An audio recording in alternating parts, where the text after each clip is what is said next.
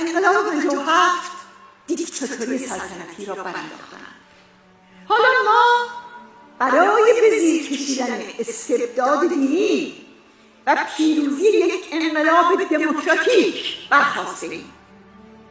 در آن انقلاب زنان فداکارانه به میدان قیام آمدند، اما سهم اونها تبعیض و سرکوب و حجاب اجباری شد. حالا انقلابی در جریان است که به سوی مشارکت فعال و برابر زنان در رهبری سیاسی در حرکت است. در آن انقلاب جای استبداد سلطنتی را استبداد دینی پر کرد.